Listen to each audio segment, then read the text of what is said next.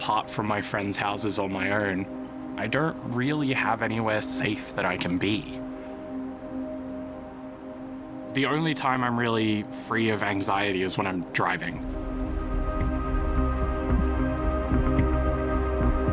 I love me and I love who I am and where I'm at, but at the same time, I hate myself. And I'm constantly feeling like I don't deserve to be where I am.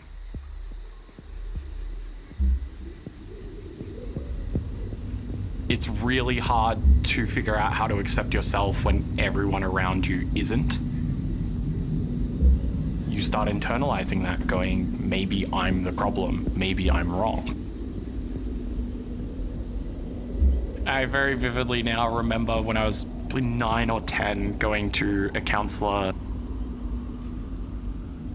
I think I would be better off as a woman. No, that thought, don't worry about it.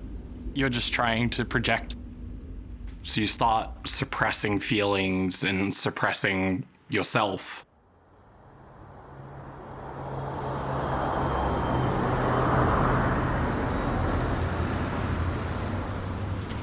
We've got board games. Anything in the glass cabinets is trading cards. This is our D&D section. I describe sort of nerd culture as a Venn diagram. And so every single nerd has their own little circle. And everyone that comes into the store has their own little circle, and there's that overlap point where people get really excited about things.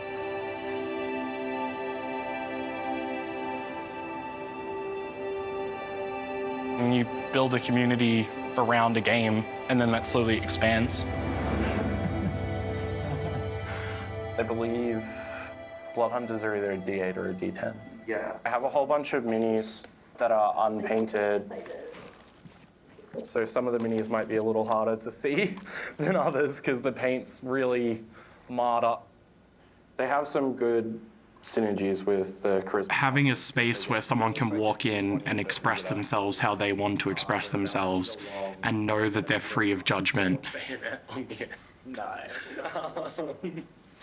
Everyone in here might not be the same as you, but they're at least accepting of you To an orcish uprising? and aren't going to bully you or physically assault you or anything like that.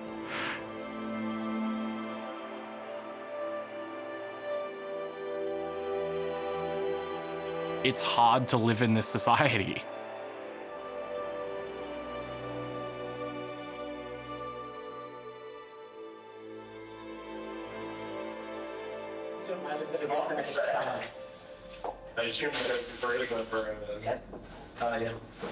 To have a character that is willing to go out into the world and potentially die if they don't have any connection. I explain it like a choose your own adventure book, where whoever the game master is the narrator of the storybook. All of the players sit down and essentially figure out which paths they're going to take. You try on a mask and you sit with it for a while and you see if you like it. It's the freedom to be myself, but a little bit to the side if I want to be, or if I do want to be, I could be someone completely different. It's this opportunity to, quite literally escape to another world.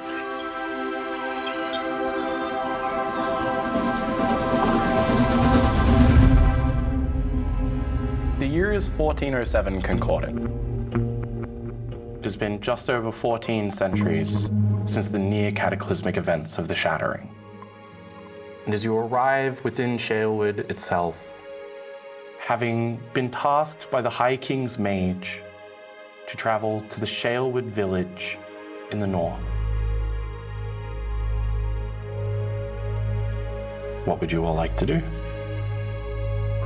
Doesn't combat or anything, you have to roll dice, you go and do play in general is good for healing and finding the inner child. And I guess childhood is a time where everyone was more kind of open to new things. And if you're going back to that, then you're going back to a place where you're more open and you're more curious and you're more ready to experience new things. Yeah, he's staring at a wall, unfocused. Yeah, just a 1. Just a back by 1. Before you ask yourself bigger questions, you need to be able to have fun and be silly. And Dungeons & Dragons is a really great way of doing that. With us? No. Just for 1.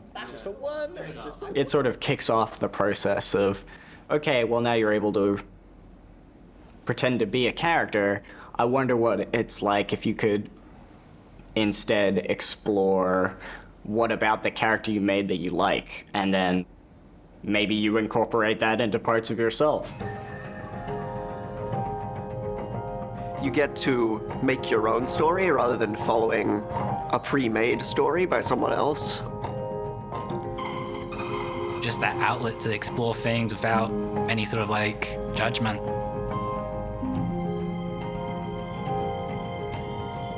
There's a lot to be said for being able to be who you are around people.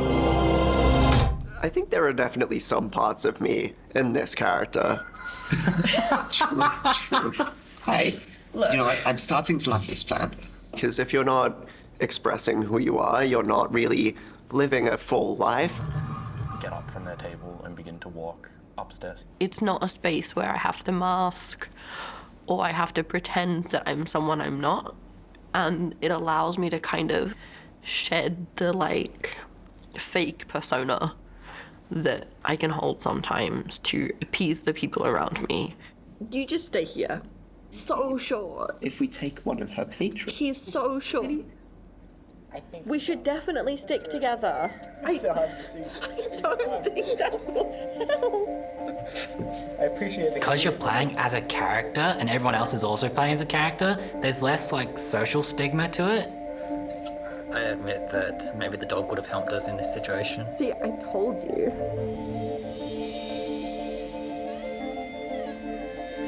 Discuss this before we're not in front of him.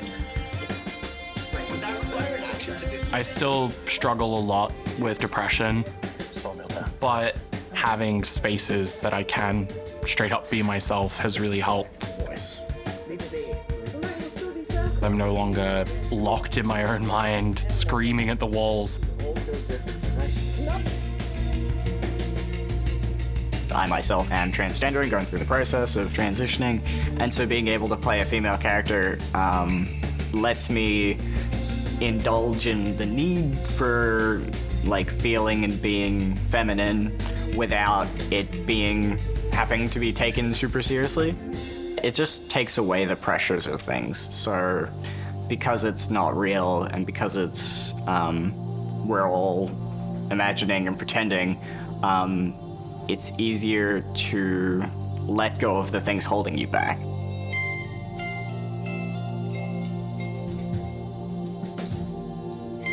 Giving people the space to figure out who they are is never a bad thing.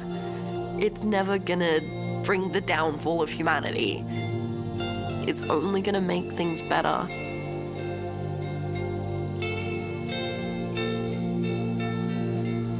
If you haven't asked yourself the question, who am I?